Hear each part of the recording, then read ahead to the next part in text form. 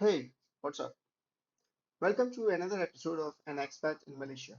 In this episode, I'm going to talk about employment visa in Malaysia.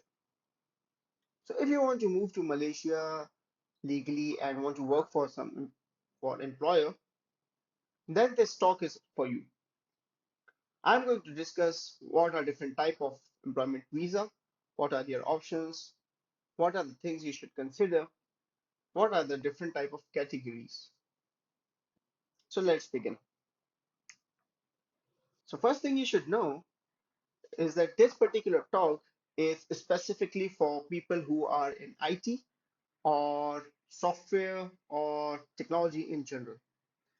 This talk does not talk about people who want to work in plantation, maybe, or construction or some other kind of work. So, for people in IT, if you are applying for a job, make sure that your employer organization has MSC status. What is this MSC status? MSC status means Multimedia Super Corridor. Previously, it used to be Multimedia Super Corridor, but now it's MSC status. So if your organization has this status, then the visa processing and hiring of expats is very straightforward for any organization. There's a government entity by the name of MDEC, which handles the visa processing for all the MSC status companies. There is one more division, which is Expatriate Service Division or ESD. Sometimes they also handle visa processing for expatriates for people like in telecommunication or similar industries. The second thing is if your organization has MSC status, then it is required by the rules that your office will be in one of the MSC status office space.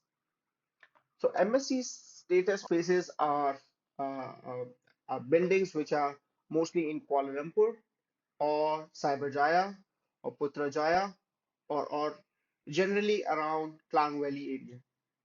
Your MSc status office will not be in some remote places or in a small village. If you're getting a IT job in a small village and your employer says that organization has MSc status, then this is a red flag. So make sure that your organization has MSc status and just check that your visa is processed by either MDEC or ESD. This video is about EP or Employment Pass Visa process for the first timers, for the people who want to enter Malaysia to do job. This is not about changing jobs or changing your employer. I'll make another video on this topic. So what is the process? The process is quite straightforward.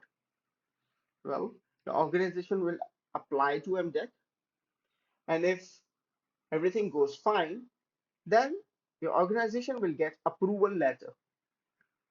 This is sometimes called EP1 or EP stage 1.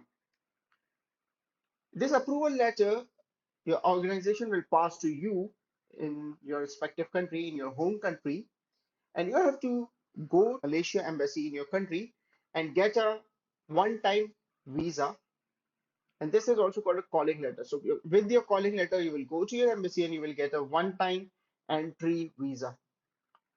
Okay, then you will do your traveling on that visa.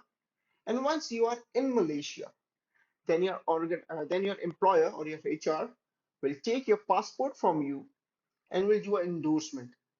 An endorsement is nothing but you will have a proper visa sticker on your passport, and that is the physical guarantee that you have a visa. That is a document you have to carry everywhere, all the time. For this, you are officially allowed to work in Malaysia for your particular employer. All the visa have certain type of expiry, so it depends, and I will discuss that further in the video. There are three categories in EP. Category 1, these are the employees who will get 10,000 or above ringgits per month as base salary, and you can get up to 5 years of visa. Well, the rules are very lenient for category 1 employees, and multinational companies or a good employer will give you 10,000 plus. Well, it also depends how much experience do you have and what is your area of expertise. But to get a category 1 is the best option. Second is category 2. In this category, you will get 5,000 minimum base income per month, and you can get a visa for up to 2 years. Well, the rules are a little bit stricter, but the basic general rules applies to category 1 and 2 in the same way. The third is category 3, and your salary has to be minimum 3,000 and up to 4,999 ringgit per month as a base salary. You can get up to 1 year of visa. There's no category 4, and you cannot have salary less than 3,000 ringgit per month if you want to get a employment pass. With employment pass, you can get a dependent visa if you have family. Dependents include your wife, your children. You can also bring in your parents or your parents-in-law. What are the things to consider if you want to get this EP? Some employers will ask you to sign contract. So please check what is written in your contract and what is the contract period. Also check that what is the notice period mentioned in the contract. Please check what is the penalty, if any, explicitly mentioned in the contract. Sometimes there are heavy penalties if you want to break your contract, or this is a problem for the first timers who come to Malaysia on EP and don't know about contract, and they after a while they want to change the job. Either the notice period is very long or the penalty amount is very high that an employee cannot pay that, like 3 months of base salary, sometimes 6 months of base salary, and that becomes a hurdle to change job. Well, that's it from my side. I'll make one more video on things to consider when you switch jobs. Thank you, and please subscribe if you like this video.